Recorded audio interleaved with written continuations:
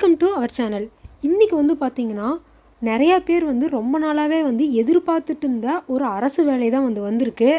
உங்களுக்கு இதை பார்த்தோன்னே தெரிஞ்சிருக்கும் என்ன வேலைன்னு. ஆமாங்க, நம்ம ரயில்வே டிபார்ட்மெண்ட்லேருந்து தான் வந்து வேலைவாய்ப்பு வந்து அறிவிச்சிருக்காங்க. இது வந்து என்டிபிசி வேலை தான்.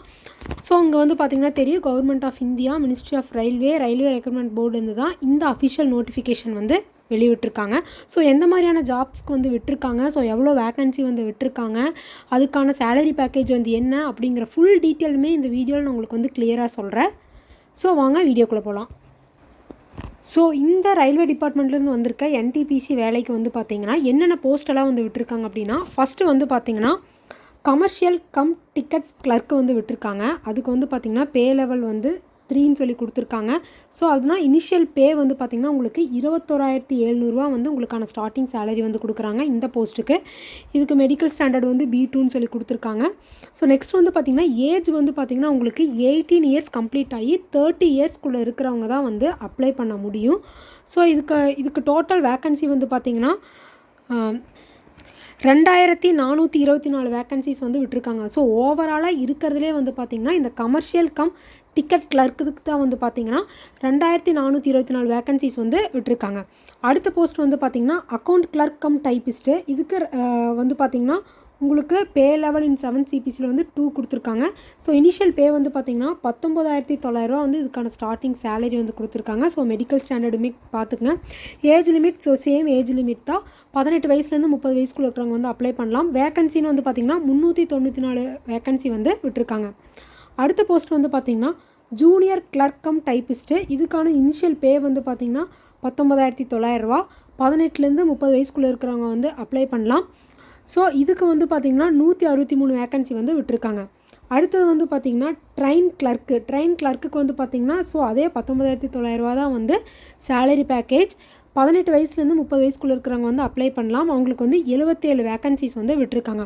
ஸோ ஓவராலாக வந்து பார்த்திங்கன்னா 3,058 வேக்கன்சிஸ் வந்து ஓவராலாக வந்து விட்டுருக்காங்க. ஒரு நல்ல வேக்கன்சினே வந்து சொல்லலாம். நெக்ஸ்ட் வந்து பார்த்திங்கன்னா ஸ்டாண்டர்ட் ஆஃப் மெடிக்கல் ஃபிட்னஸ். அதாவது வந்து பார்த்திங்கன்னா நம்ம அங்கே மேலே வந்து பார்த்திங்கன்னா உங்களுக்கு வேக்கன்சி பாக்ஸில் வந்து கொடுத்துருப்பாங்க மெடிக்கல் ஸ்டாண்டர்ட்னு சொல்லி A3 B2 C2ன்னு சொல்லி கொடுத்துருப்பாங்க. ஸோ அதை பற்றின டீட்டெயில் தான் வந்து இந்த பாக்ஸில் வந்து கிளியராகவே வந்து கொடுத்துருக்காங்க. அதாவது A3 அப்படின்னா வந்து பார்த்திங்கன்னா டிஸ்டன்ஸ் வெர்ஷன் எவ்வளோ இருக்கணும், நியர் வெர்ஷன் எவ்வளோ இருக்கணும். அதே மாதிரி B2க்கு டிஸ்டன்ஸ் வெர்ஷன் எவ்வளோ இருக்கணும், நியர் வெர்ஷன் எவ்வளோ இருக்கணும். C2னா டிஸ்டன்ஸ் வெர்ஷன் எவ்வளோ இருக்கணும், நியர் வெர்ஷன் எவ்வளோ இருக்கணும் அப்படிங்கிற மாதிரி வந்து கொடுத்துருக்காங்க. ஸோ அதுவுமே நீங்கள் ஒன்ஸ் வந்து செக் பண்ணி பார்த்துக்கோங்க. நெக்ஸ்ட் வந்து பார்த்திங்கன்னா நேஷ்னாலிட்டி அண்ட் சிட்டிசன்ஷிப் வந்து கொடுத்துருக்காங்க. So citizen of India, citizen of Nepal, citizen of பியூட்டன்னு சொல்லி கொடுத்துருக்காங்க. ஸோ அதுவுமே நீங்கள் வந்து செக் பண்ணி பார்த்துக்கோங்க. நெக்ஸ்ட் வந்து பார்த்திங்கன்னா ஏஜ் லிமிட் ஆல்ரெடி சொன்ன மாதிரி தான் 18 இயர்ஸ் கம்ப்ளீட் ஆகிருக்கிறவங்க மட்டும்தான் வந்து பார்த்திங்கன்னா இந்த போஸ்ட்டுக்கு அப்ளை பண்ணுறதுக்கு வந்து எலிஜிபிள். அதுக்கான டேட்டுமே வந்து கொடுத்துருக்காங்க. ஸோ 1/1/2026 அதுக்குள்ளே வந்து உங்களோட ஏஜ் வந்து அதுக்குள்ளே கம்ப்ளீட் ஆகிருக்கணும் அப்படிங்கிற மாதிரி வந்து சொல்லியிருக்காங்க. அதாவது 18 வயசு நீங்கள் அதுக்குள்ளே பூர்த்தி ஆகிருக்கணும். அப்படி இருக்கிறவங்க மட்டும்தான் வந்து அப்ளை பண்ண முடியும் அப்படின்னு சொல்லியிருக்காங்க. ஸோ அதுக்கு வந்து பார்த்திங்கன்னா ஆல் கம்யூனிட்டிஸ் அண்ட் கேட்டகரிஸ்க்கான டேட்டு வந்து கொடுத்துருக்காங்க. ஸோ அதே மாதிரி தான் வந்து பார்த்திங்கன்னா அன்ரிசர்வ்டில் இருக்கிறவங்க, இடபிள்யூசியில் இருக்கிறவங்களுக்கு ஒன்றும், ஓபிசி NCL இருக்கிறவங்களுக்கு, SC ST கேண்டிடேட்ஸ்க்குன்னு சொல்லி தனித்தனியாக வந்து எந்தெந்த இயரில் வந்து இருக்கணும் டேட்டு மந்த்து கிளியராக வந்து கொடுத்துருக்காங்க. ஸோ நீங்கள் அதை வந்து செக் பண்ணி பார்த்துட்டு நீங்கள் வந்து அப்ளை பண்ணுங்கள். ஸோ கீழே வந்து பார்த்திங்கன்னா ஏஜ் ரிலாக்ஸேஷன் வந்து கொடுத்துருக்காங்க. அதாவது நீங்கள் வந்து SC ST கேண்டிடேட்ஸ்னால் அந்த ஏஜ் லிமிட் கூட +5 இயர்ஸ் வந்து ஆட் பண்ணிக்கலாம். ஓபிசி கேண்டிடேட்ஸ்க்கு வந்து பார்த்திங்கன்னா +3 இயர்ஸ் வந்து ஆட் பண்ணிக்கலாம். அதே மாதிரி வந்து பார்த்திங்கன்னா எக்ஸ் சர்வீஸ் மேன்ஸ்லேயுமே வந்து பார்த்திங்கன்னா அன்ரிசர்வ்டு கேட்டகரிஸ், இடபிள்யூசி கேட்டகரிஸில் இருக்கிறவங்க +3 இயர்ஸும், ஓபிசியில் இருக்கிறவங்க +6 இயர்ஸும், SC STஸ்க்கு வந்து +8 இயர்ஸும் வந்து ஆட் பண்ணிக்கலாம்னு சொல்லியிருக்காங்க. அதே மாதிரி வந்து பார்த்திங்கன்னா person with benchmark disability PWD கேண்டிடேட்ஸ்க்குமே வந்து பார்த்திங்கன்னா காஸ்ட் வைஸ் வந்து கொடுத்துருக்காங்க. அதாவது அன்ரிசர்வ்டு கேட்டகரிஸ்க்கு +10 இயர்ஸும், ஓபிசிக்கு +13 இயர்ஸு, SC ST கேண்டிடேட்ஸ்க்கு 15 இயர்ஸ்னு சொல்லி கொடுத்துருக்காங்க. ஸோ அந்த மாதிரி சில கேட்டகரிஸ் எல்லாம் வந்து கொடுத்துருக்காங்க. ஸோ அதுவுமே நீங்கள் வந்து ஏஜ் லிமிட் வந்து செக் பண்ணி பார்த்துக்கலாம். நெக்ஸ்ட் வந்து பார்த்திங்கன்னா இந்த போஸ்ட்டுக்கு நீங்கள் அப்ளை பண்ணால் அதுக்கான எக்ஸாம் ஃபீஸ் வந்து நீங்கள் வந்து பே பண்ணுற மாதிரி வந்து இருக்கும்.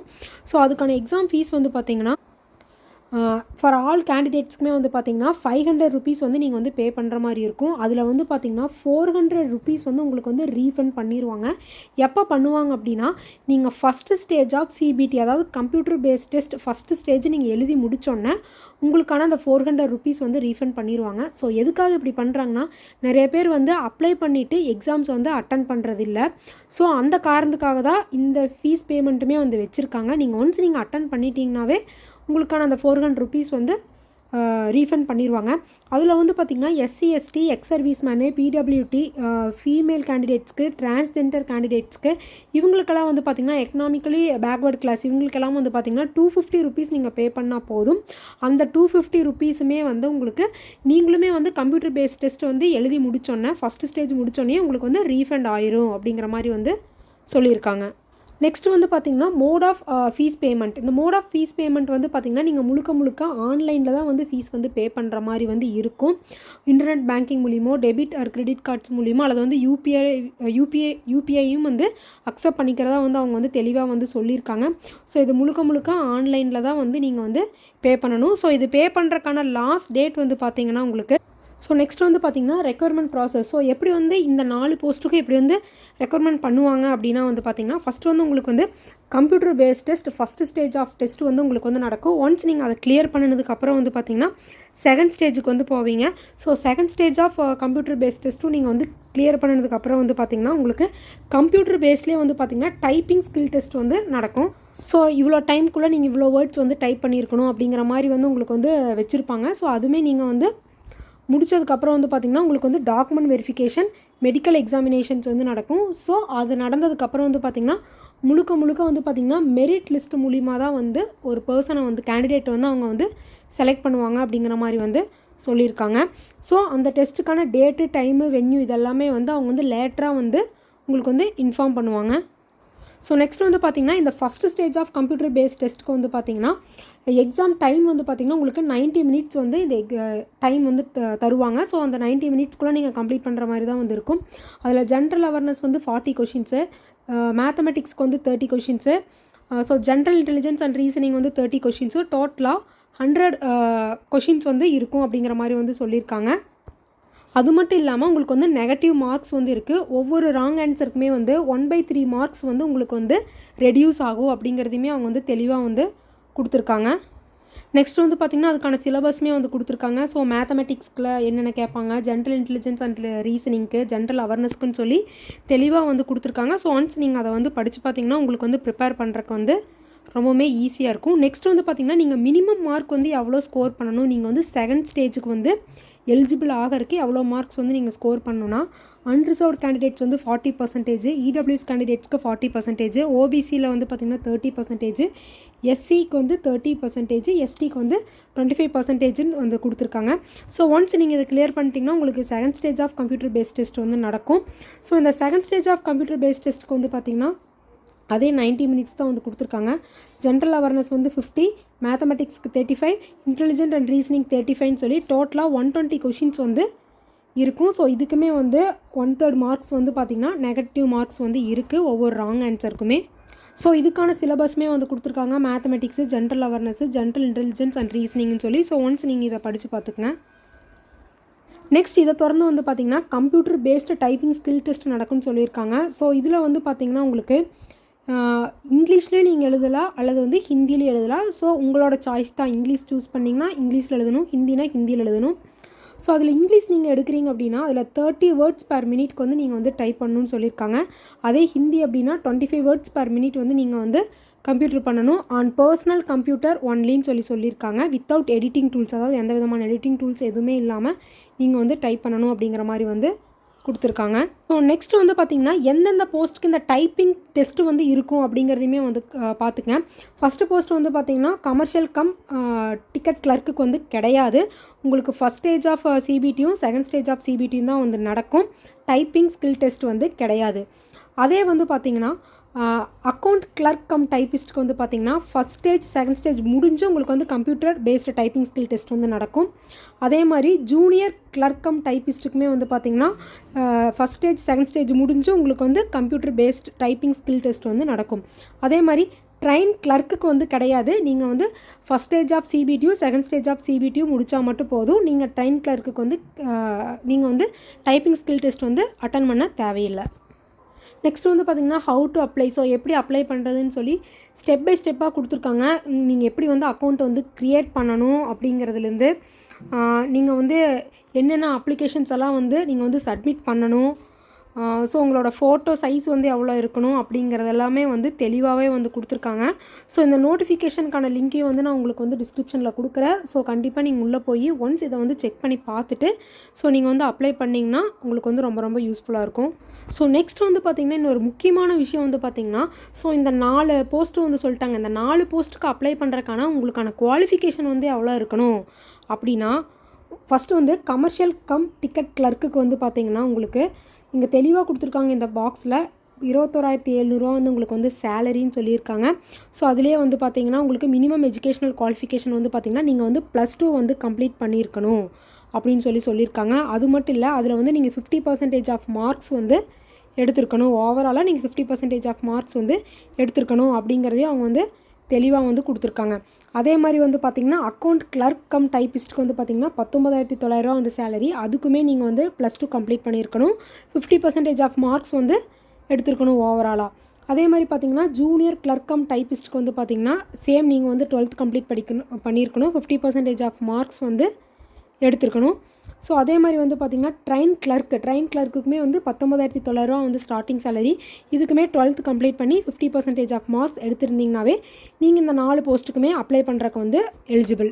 நெக்ஸ்ட் வந்து பார்த்திங்கன்னா ஜோன் வைஸாக, அதாவது ஒவ்வொரு ஜோன் வைஸாக வந்து பார்த்திங்கன்னா 4 போஸ்ட்டுக்குமே வந்து கேஸ்ட் கேட்டகரிஸில் எவ்வளோ வேக்கன்சி வந்து ஒதுக்கியிருக்காங்க அப்படிங்கிறத தெளிவாக கொடுத்துட்டாங்க. ஸோ இப்போ வந்து நம்ம ஜோனுக்கு வந்து பார்க்கணும். நம்ம சென்னை ஜோனுக்கு வந்து எவ்வளோ ஒதுக்கியிருக்காங்கன்னு பார்க்கலாம். இங்கே வந்து பார்த்திங்கன்னா உங்களுக்கு வந்து தெரியும், நம்ம சென்னை ஜோன் ஆர்ஆர்பி சென்னைக்கு வந்து சொல்லியிருக்காங்க. அதில் வந்து கமர்ஷியல் கம் டிக்கெட் கிளர்க்குக்கு வந்து பார்த்திங்கன்னா உங்களுக்கு வந்து டோட்டலாக 21 வேக்கன்சி வந்து விட்டுருக்காங்க. அதில் அன்ரிசர்வ்டு கேட்டகரிஸில் இருக்கிறவங்களுக்கு 9 வேக்கன்சியும், எஸ்சி கேண்டிடேட்ஸ்க்கு 3 வேக்கன்சியும், எஸ்டிக்கு 1 வேக்கன்சியும், ஓபிசிக்கு 7 வேக்கன்சியும், இடபிள்யூஎஸ் கேட்டகரிஸ்க்கு 1 வேக்கன்சின்னு சொல்லி டோட்டலாக 21 வேக்கன்சி வந்து இந்த கமர்ஷியல் கம் டிக்கெட் கிளர்க்குக்கு வந்து விட்டுருக்காங்க. அதே மாதிரி வந்து பார்த்திங்கன்னா அக்கௌண்ட்ஸ் கிளர்க் கம் டைப்பிஸ்ட்டுக்கு வந்து பார்த்திங்கன்னா டோட்டலாக 2 வேக்கன்சி தான் வந்து விட்டுருக்காங்க. அதுலேயும் வந்து ஓபிசிக்கு 1, இடபிள்யூஎஸ்க்கு 1ன்னு சொல்லி டோட்டலாக 2 வேக்கன்சி தான் வந்து விட்டுருக்காங்க. அதே மாதிரி வந்து பார்த்திங்கன்னா ட்ரெயின் கிளர்க்ஸ்க்கு வந்து பார்த்திங்கன்னா உங்களுக்கு ஒரே வேக்கன்சி தான் வந்து விட்டுருக்காங்க. அன்ரிசர்வ்டு கேட்டகரிஸில் இருக்கிறவங்களுக்கு மட்டும்தான் வந்து விட்டுருக்காங்க. ஸோ ஓவராலாக வந்து பார்த்திங்கன்னா நம்ம சென்னை ஜோனுக்கு 80 வேக்கன்சிஸ் வந்து விட்டுருக்காங்க. ஸோ 80ங்கிறது வந்து பார்த்திங்கன்னா ரொம்பவே வந்து லோவான வேக்கன்சி தான். ஓவரால் 3000 வேக்கன்சியில் ஒரு 80 வேக்கன்சி தான் வந்து சென்னைக்கே வந்து விட்டுருக்காங்க. ஸோ உங்களுக்கு வந்து காம்படிஷனுமே வந்து ரொம்பவே வந்து அதிகமாக தான் வந்து இருக்க போகுது. ஸோ ப்ரிப்பேர் பண்ணுறதுமே வந்து நீங்கள் வந்து நல்லா ப்ரிப்பேர் பண்ணிக்கலாம். நெக்ஸ்ட் வந்து பார்த்திங்கன்னா இம்பார்ட்டன்ஸான டேட்ஸ் எல்லாம் வந்து பார்க்கலாம். So date of indicative notice in employment news, அதாவது எம்ப்ளாய்மெண்ட் நியூஸில் வந்து எப்போ விட்டுருக்காங்க அப்படின்னு வந்து பார்த்திங்கன்னா 4/10/2025 வந்து எம்ப்ளாய்மெண்ட் நியூஸாக அவங்க வந்து விட்டாங்க. ஓப்பனிங் டேட், இந்த ஆன்லைன் அப்ளிகேஷனுக்கான ஓப்பனிங் டேட் வந்து பார்த்திங்கன்னா 28/10/2025. அதே மாதிரி க்ளோசிங் டேட் வந்து பார்த்திங்கன்னா 27/11/2025. அதாவது கிட்டத்தட்ட 1 மந்த் வந்து டைம் கொடுக்குறாங்க. 27/11/2025 நைட்டு 12 மணிக்குள்ளே நீங்கள் வந்து அப்ளை பண்ணுறவங்களாம் வந்து அப்ளை பண்ணிக்கணும். அதே மாதிரி பார்த்திங்கன்னா அப்ளிகேஷன் ஃபீஸ் பேமெண்ட் பண்ணுறக்கான லாஸ்ட் டேட் வந்து பார்த்திங்கன்னா 29/11/2025. அதாவது ஆன்லைன் அப்ளிகேஷன் லாஸ்ட் டேட்டை விட ஒரு 2 days எக்ஸ்ட்ரா வந்து கொடுக்குறாங்க நீங்கள் வந்து அப்ளிகேஷன் ஃபீஸ் வந்து பேமெண்ட் பண்ணுறக்கு. அதே மாதிரி வந்து பார்த்திங்கன்னா உங்களுக்கு ஏதாவது அப்ளிகேஷன் கரெக்ஷன் பண்ணணும், மாடிஃபிகேஷன் பண்ணணும் அப்படின்னா 30/11/2025லேருந்து 9/12/2025 வரைக்கும் உங்களுக்கு வந்து டைம் கொடுக்குறாங்க. ஸோ அதுக்குள்ளே நீங்கள் ஏதாவது மாடிஃபை பண்ணணும் அப்ளிகேஷன்னா பண்ணிக்கலாம். நெக்ஸ்ட் வந்து பார்த்திங்கன்னா எலிஜிபிள் ஸ்கிரைப் கேண்டிடேட்ஸ் வந்து must provide their scribe details and their application portal வந்து பார்த்திங்கன்னா 10/12/2025லேருந்து 14/12/2025 வரைக்கும் உங்களுக்கு வந்து டைம் இருக்குது. ஸோ அதுக்குள்ளே நீங்களுமே வந்து அந்த ஸ்கிரைப் கேண்டிடேட்ஸ் எல்லாமே வந்து பார்த்திங்கன்னா உங்களோட டீட்டெயில்ஸ் எல்லாமே வந்து கொடுக்கணும் அப்படிங்கிற மாதிரி வந்து சொல்லியிருக்காங்க. ஸோ இந்த வீடியோ கண்டிப்பாக வந்து எல்லாருக்குமே வந்து யூஸ்ஃபுல்லாக இருக்கும்னு நினைக்கிறேன். கண்டிப்பாக இந்த வீடியோ வந்து உங்கள் ஃப்ரெண்ட்ஸ் அண்ட் ஃபேமிலிஸ்க்கெல்லாம் வந்து கண்டிப்பாக ஷேர் பண்ணி விடுங்க. ஸோ எல்லாத்துக்குமே இது வந்து பயன்படும். ஸோ இது மாதிரியான government job and bank job கான நியூஸ் எல்லாம் நீங்கள் உடனுக்குடனே தெரிஞ்சுக்கணும்னு நினச்சிங்கன்னா கண்டிப்பாக நம்ம சேனலை வந்து சப்ஸ்கிரைப் பண்ணி வச்சுக்கோங்க. தேங்க்யூ.